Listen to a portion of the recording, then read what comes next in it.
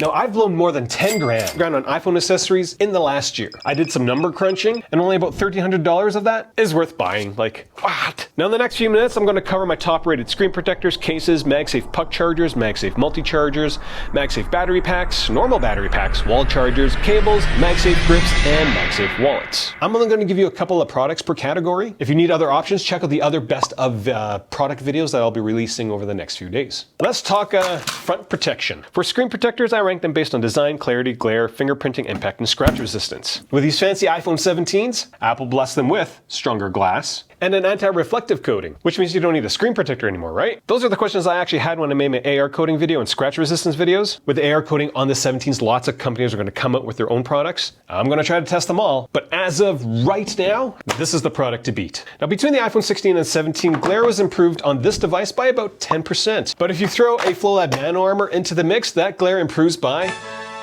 That's pretty good. If you're going to get one, make sure it has the anti-reflective coating. We covered the protection on the front. Let's talk about back protection. When it comes to cases, in the last year, I decided to add impact monitoring to my drop test because, you know, why not? I know exactly what the iPhones do when I drop them in all the cases I tested. You know what I discovered in my testing? Cases with big corners, multi-layers, and are fairly rigid, they come out on top. And oh look, deja vu, the best case is still from these guys. It's the mouse. Limitless. Now, some of you got to complain that's, you know, it's always them, but I'm a reviewer, not an influencer. No one's paying me to promote new products. I'm just looking for the best accessories for our tech. It's got thicker corners, but a shallower edge, which means that's not going to bust your screen. I don't know why every single case manufacturer doesn't just copy this. Like, it just makes so much sense. The finish on the edges aren't too abrasive, and they still have the grip strip on this side, so that's nice. Every single member in my family has a mouse case, and I haven't dealt with a broken screen protector in years, or a broken iPhone in years. Now, if you're looking for a case that's not as bulky as this, or maybe a little cheaper, Apple's tech woven case, like, Apple nailed it with this case design. The texture of the product is amazing, but in this case, my iPhone doesn't feel like a wet bar soap like a bare iPhone does. I did some early drop tests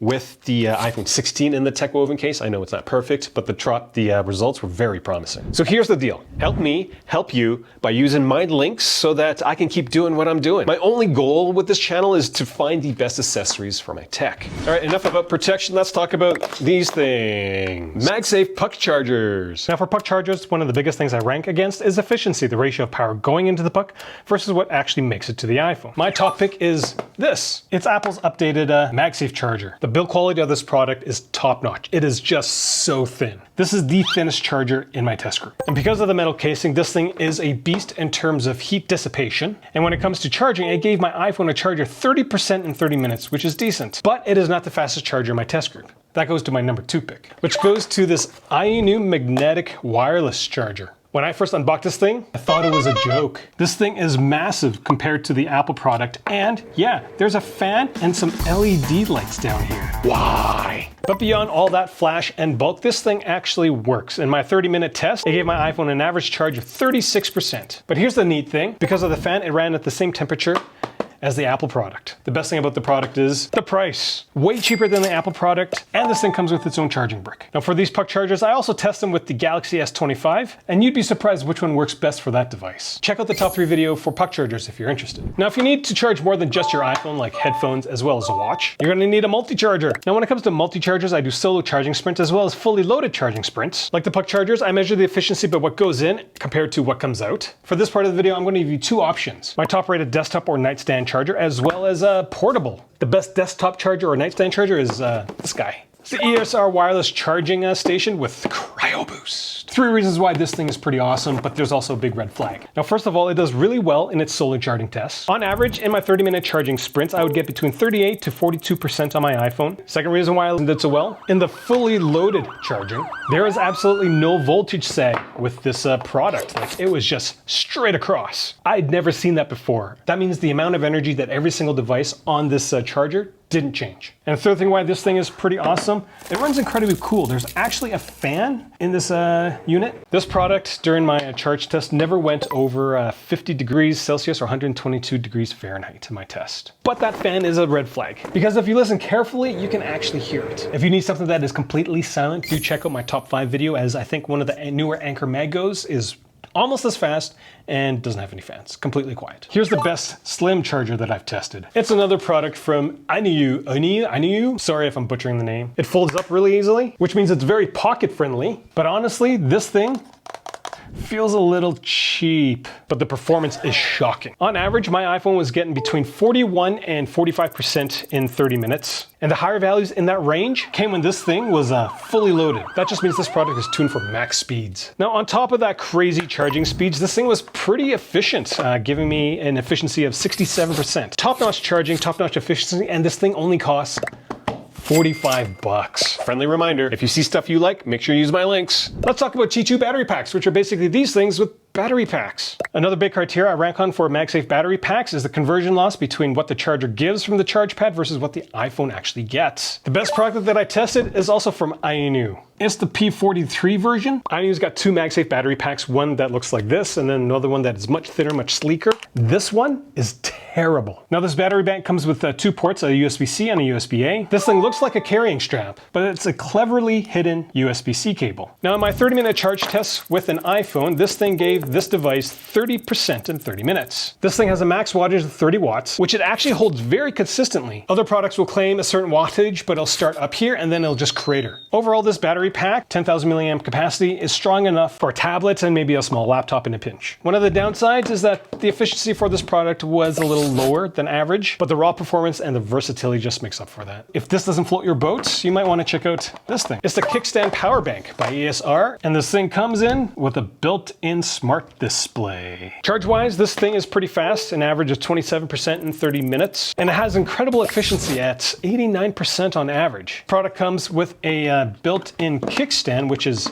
fairly stable. My only gripe about this product is that the magnetic strength is a little weak. Given the bulk of this product, I feel like it could be stronger. This guy is my number 3 pick. My personal preference for MagSafe battery banks is actually my number 2 pick. So check out that top 5 video if you want to know more. Now the downsides with MagSafe battery banks is that they're not very efficient nor fast. If fast portable charging is your thing, you're going to have to go with an old school battery bank. Now one of the things I rank on with battery packs is the quality of the charge protocols. I do stress tests on all the advertised ranges, and you'd be surprised how many banks just fail at them. Now if I wasn't a reviewer and I needed some portable power, this is what I would walk away with. This Nano 3 one has a decent screen, built-in cable, 10,000 milliamp hour capacity, one USB-C port, and the best part about this product, the wall prong, which means when you need this battery bank, it will always be charged. Swap this out with your regular wall charger and you've got the perfect portable power charging solution. Now, if this prong wasn't a big enough selling point, the efficiency for this product is about 67%, which is way above average. This product has a maximum output of about 30 watts, but at 30 watts, heat's gonna be an issue. Now, when it got too hot, this pack didn't fail outright. It still went to a lower power output. And when it comes to real life usage, no device is gonna pull 30 watts consistently like I do in my stress tests. Now, if you need something a bit more traditional with a bit more juice, get this thing, this Belkin product. The Anker product's amazing just for smartphones, but if you're looking to charge something big, yeah, this. It's very, very plain looking, has a decent smart screen built in. Maximum output for this product is 65 watts from both USB-C outputs, and both USB-C ports are also inputs, which is something a lot of other battery banks don't do for whatever reason. The voltage performance for all the power objects in this battery bank were way above average. The biggest downside that I discovered is the recharge rate. It is way slower than I would like it to be. Now, there are a few more notable Anker products in my top 5. There are products with built-in cables that I really like and are very handy. So battery banks are great, but they're kind of useless without a wall charger. Now for the iPhone 17, Apple released this thing. It's the Apple 40-watt dynamic charger. The majority of wall chargers, they're spec'd for this thing called PD 3.1. This dynamic charger is spec'd for PD 3.2 plus AVS. The biggest difference between the Apple charger and all the other chargers is that this charger allows the iPhone to pick very, very specific wattages and voltages. With traditional chargers, the iPhone only got to pick like 5, 9, 15. But with this product, if the iPhone wanted 13, it would get 13 volts. That's the reason why Apple claims that on the iPhone 17's charging with this power brick is going to get you 50% in 20 friggin' minutes. But what happens if you want something with more than one port? The product I'd recommend is actually this Anker product. It's an Anker Prime GAN 735. This thing has 2 USB-C ports, 1 USB-A, and the maximum output is 67 watts. If you're using one port, if you're using both ports, one port will run at 45 watts, another port will run at 20 watts. Now, how does one connect this to this? And when it comes to cables, if a company says, you can bend it 30,000 times, I'm gonna bend it 30,000 times in my Master Bender 9000. The best cable for the iPhone is gonna be this Anker Prime cable. It's durable up to 300,000 bends. Anker claims this is a 100-year cable. This is the end that I bent 330,000 times. Yeah, it looks okay. A little limp compared to the other one. Now, my before and after testing with this product, I did not notice any voltage drops, resistance issues, or charging slowdowns. My iPhone still got charged to 50% in 27 minutes, even after getting bent 330,000 times. The only catch with this product is that it has USB 2 data speeds. So if you're gonna do anything involving a SSD, this is not the cable for you. You would need to get this Spigen arc wire. This cable does it all: fast charging speeds, fast data speeds, which makes sense because it's a USB 4 cable, but it's not as durable as the Anker Prime. You can only bend it 10,000 plus times. This is what the head looks like after 11,000 bends. There's a little bump underneath the head, but I didn't notice any difference in terms of performance in my before and after testing. Last thing I do have to warn you is that this cable is actually very stiff. So if you're thinking this is gonna be a good cable for your book bag, yeah, I wouldn't. If you need something a bit more flexible that performs well, check this product out. It does pretty well on my top 5 list. When it comes to MagSafe Grips, the biggest thing I measure is how strong it is. Magnetically, that is. Now, when it comes to phone grips, there is a clear winner. It's this thing. This pop socket kickout stand solves the biggest issue I had with the pop grip as well as the pop grip round, which was propping my iPhone up in portrait mode. I'm not quite sure why it took PopSocket 5 years to design this thing, because this thing is amazing. But because I'm a reviewer, not influencer, I'm gonna point out the small things that annoy me, which includes this. But in order to overcome that, you just need to figure out how to orientate your pop socket so it doesn't do that. So that's the overall top pick. My personal favorites is going to be this thing. I'm kidding, this is the craziest MagSafe accessory I've seen. It's a little book bag for your phone. It's the Moth phone tripod. This thing is amazing if you spend a lot of time watching stuff on your phone. This is technically number 3 out of my top 5. I'm talking about in this video because this thing, if you can muscle your way through it, is life-changing. As a stand, this thing does landscape as well as portrait. It even elevates, reducing the neck strain you have when you're watching stuff. This thing's handy as a selfie stick if you just need a couple more inches to fit all your friends into your photo. Even though the word grip isn't in the name, you can easily use this as a phone grip. There's so many places your fingers can go into that the weight of the iPhone is distributed among all your fingers. Biggest grip of this product is that it weighs almost 90 grams, so it's gonna add quite a bit of weight to your iPhone. Now, if you don't care how comfortable the back of your iPhone is, you could definitely put a wallet there. For this year's ranking, I tweaked my scoring system to really focus on card access because too many companies are coming out with products like this. Why? This is the best wallet that I've tested so far. This wallet can hold 6 to 8 cards. There is a cash slot. Or if you don't want to hold cash there, you can just slap another card in there because you can. So many cards. One of the things I like about this product is that there's a tension bar on the front pocket, which means it can hold 1 card without any issue. Now, this is the Kevlar backed version. This is the premium version. There is a cheaper one. The back of the wallet is also covered in leather, and I do think the leather that NanoArmor gear uses is real because you can kind of see the striations from the cow right about here. The stand on this wallet is decent and also lets you use it as a grip. Now, I'll be honest with you, 4 out of 5 products are like this product. It's a hinge wallet style kind of product. The only product that is mildly different is this Phantom M wallet. If you're looking for just a pure card holder, this thing is worth getting. The build quality of this product is phenomenal. The body is made from aluminum. You've got a bunch of different finishes to choose from. This thing can easily store 7 cards without any issues. And to access them, you fan them out like this, and they're really secure. Honestly, this is awesome. And this little cutout, very handy for accessing the top card in your pile.